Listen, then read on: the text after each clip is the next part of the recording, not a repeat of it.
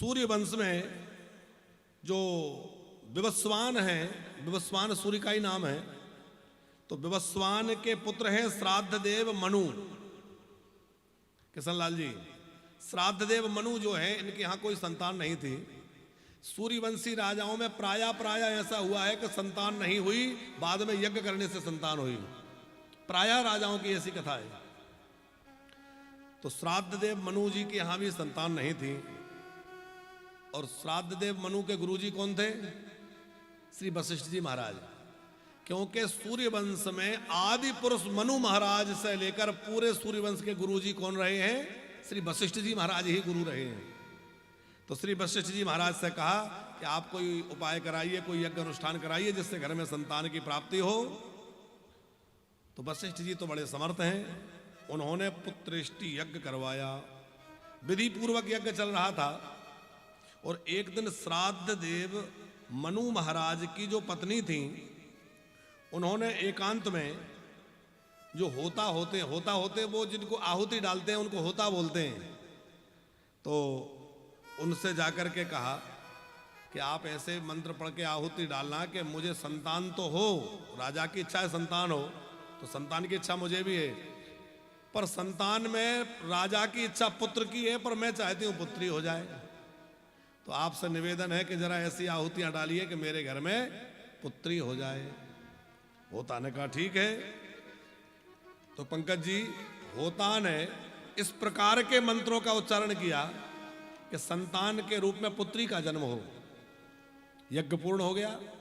समय आने पर रानी को गर्भ हुआ और बच्चे का जन्म हुआ। तो संतान का जन्म हुआ तो बेटी का जन्म हुआ। श्राद्ध देव मनु प्रसन्न तो खूब हुए, संतान हो गई, पर उनको इस बात का बड़ा आश्चर्य हुआ कि मैंने तो पुत्र की इच्छा से यज्ञ किया था, तो यज्ञ का फल विपरीत कैसे हो सकता है? यदि श्रद्धा पूर्वक किया जाए कर्म तो उसका फल विपरीत नहीं हो सकता, जैसा किया गया वैसे ही फल होना चाहिए। तो जब मैंने पुत्र की कामना से यज्ञ किया था तो पुत्री कैसे हो गई? तो ये बात उन्होंने अपने गुरुजी से कही। गुरुजी ने कहा कुछ ना कुछ गड़बड़ जरूर हुई है, वरना संकल्प के विपरीत काम नहीं हो सकता। होता से पूछा गया तुमने आहुति कैसे डाली? बोले महाराज मुझे तो रानी जी ने कहा था, महारानी की आज्ञा थी कि मुझे पुत्री चाहिए, तो मैंने पुत्री वाले मंत्र कर दिए। अरे बोले इसीलिए ऐसी बात हुई। देखो राजा, हमारे मंत्रों में गड़बड़ नहीं है, तुम्हारी रानी की इच्छा थी। अब श्राद्ध देव मनु तो हट करने लगे, देखो कुछ भी हो लेकिन मुझे तो पुत्र ही चाहिए। उस पुत्री का नाम रखा गया था इला। इला नाम से वो ख्यात बड़ी हो रही थी। वशिष्ठ जी ने से जब बहुत आग्रह किया, बोले आप जैसे गुरुजी हो के भी बताओ ऐसा हो गया। वशिष्ठ जी ने कहा चिंता मत करो, मैं तपस्या करूंगा। और किशन लाल जी, वशिष्ठ जी ने ऐसी कठोर तपस्या करी कि अपने तपस्या के बल से उस पुत्री को ही पुत्र बना दिया। अब आप देखो कितना सामर्थ्य होगा वशिष्ठ जी में। तपस्या के बल से पुत्री को पुत्र बना दिया। पहले नाम था इला, अब पुत्र बन गया तो नाम बदल गया। अब नाम रखा गया सुद्युम्न। सुद्युम्न नाम से ये राजकुमार के रूप में बड़े होने लगे। अनेक विद्याओं को प्राप्त करके उनमें निपुण हो गए और किशोर अवस्था के हो रहे थे। तो आखेट कर रहे थे। आखेट समझते हो आप लोग? शिकार। आखेट पर गए तो अपने सैनिकों के साथ गए तो हिमालय में जाकर के और किसी के पीछे लगते लगते इतना गहन वन में चले गए कि हिमालय की तलहटी में उस प्रतिबंधित क्षेत्र में पहुंच गए जहां लोगों का जाना आना बंद था। वो शिव क्षेत्र कहलाता था। और उस शिव क्षेत्र में भगवान शंकर और भगवती पार्वती विहार करते हैं। तो वहां जाते ही सुद्युम्न जो है वो फिर से स्त्री हो गए। जितने सैनिक थे वो सब स्त्री हो गए। इतना ही नहीं, उनके जो घोड़े थे वो घोड़ियां बन गए, वो भी स्त्रीलिंग हो गए। ये देखकर सब आश्चर्यचकित हो गए, ऐसा क्यों हुआ?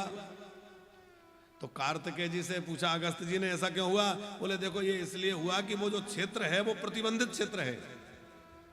एक बार क्या हुआ कि भगवान शंकर और भगवती पार्वती उस क्षेत्र में विहार कर रहे थे। सहसा ऋषि मुनि भगवान शंकर का दर्शन करने आ गए। तो सहसा मुनियों को आया हुआ देखकर माता पार्वती को कुछ लज्जा संकोच हो गया। तो माता पार्वती ने कहा ये ठीक नहीं है कि कभी भी कोई भी चला आए। भोले बाबा ने कहा मैं इस पूरे क्षेत्र को प्रतिबंधित कर देता हूं कि इसमें कोई पुरुष जाति का कोई प्रवेश ही नहीं कर सकेगा, और यदि उसने गलती से प्रवेश करा भी तो वो स्त्री हो जाएगा, तो कोई पुरुष आने की संभावना ही नहीं रहेगी। कोई नहीं जाता था, लेकिन इनको पता नहीं था, ये चले गए।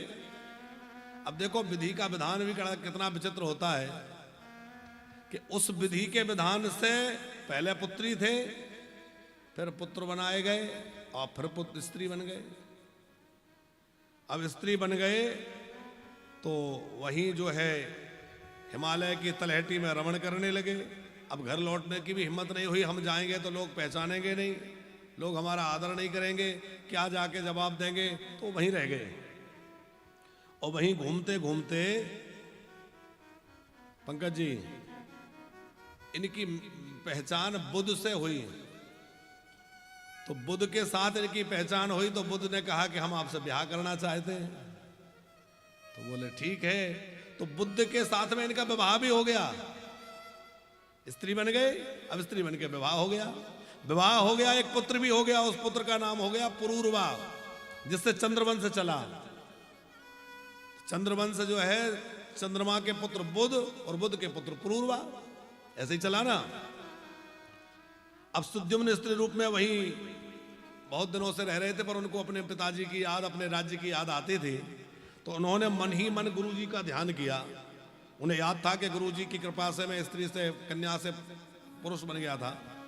तो मन ही मन गुरु वशिष्ठ जी का यह स्मरण किया, और गुरुजी की कृपा ऐसी हुई कि गुरुजी उस बात को जान गए कि मेरा शिष्य जो है संकट में है, मुझे बुला रहा है। और वशिष्ठ जी वहां पहुंचे। वशिष्ठ जी ने जाकर देखा और वो सारी बात जान गए कि भगवान शंकर के क्रोध के कारण हुआ है। तो वशिष्ठ जी ने कैलाश पर जाकर भगवान शंकर की स्तुति करी। नमो नमः शिवायास्तु शंकराय कपर्दिने गिरिजार्धांग देहाय नमस्ते चंद्रमौलये शिवाय शिवरूपाय प्रसन्न भवहारिणे नमो वृषभवाय शरण्याय परात्मने। ऐसे अनेक स्तोत्रों के द्वारा वशिष्ठ जी ने भगवान शंकर की स्तुति करी। और भोले बाबा की जब स्तुति हो गई तो भगवान शंकर माता पार्वती के सहित नंदी पर विराजमान होकर वशिष्ठ जी के सामने आ गए। कहा वरदान मांगो। तो वशिष्ठ जी ने कहा कि कृपा करके और मेरे शिष्य उस सुद्युम्न को जो स्त्री बन गया है फिर से पुरुष बना दीजिए। आपके श्राप लग गया है, आप उससे मुक्त कर दीजिए। अब भोले बाबा का बड़ा ध्यान किया था। तो भोले बाबा ने कहा ठीक है, लेकिन भोले बाबा ने कहा कि मैं पूरी तरह अपने श्राप को नहीं मिटाऊंगा। तो बोले ये 1 महीने पुरुष रहेगा और 1 महीने स्त्री रहेगा। तो अब तो और झंझट हो गई, या तो पुरुष ही बना रहे या स्त्री ही बना रहे। अब वो वशिष्ठ जी की कृपा से पुरुष तो बन गया, और पुरुष बनकर के सुद्युम्न लौटकर अपने राज्य में आए। इनको राजा भी बना दिया।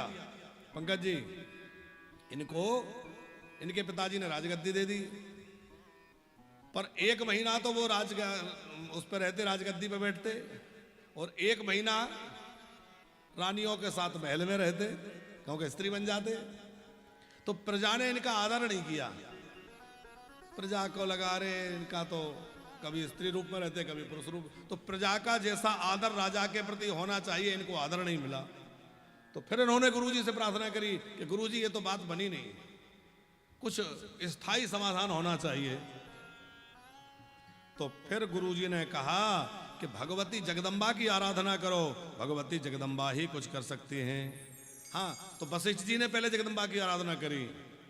जय देवी महादेवी भक्त्यानुग्रह कारिणी, जय सर्वद सुराराध्ये जयानंत गुणालय।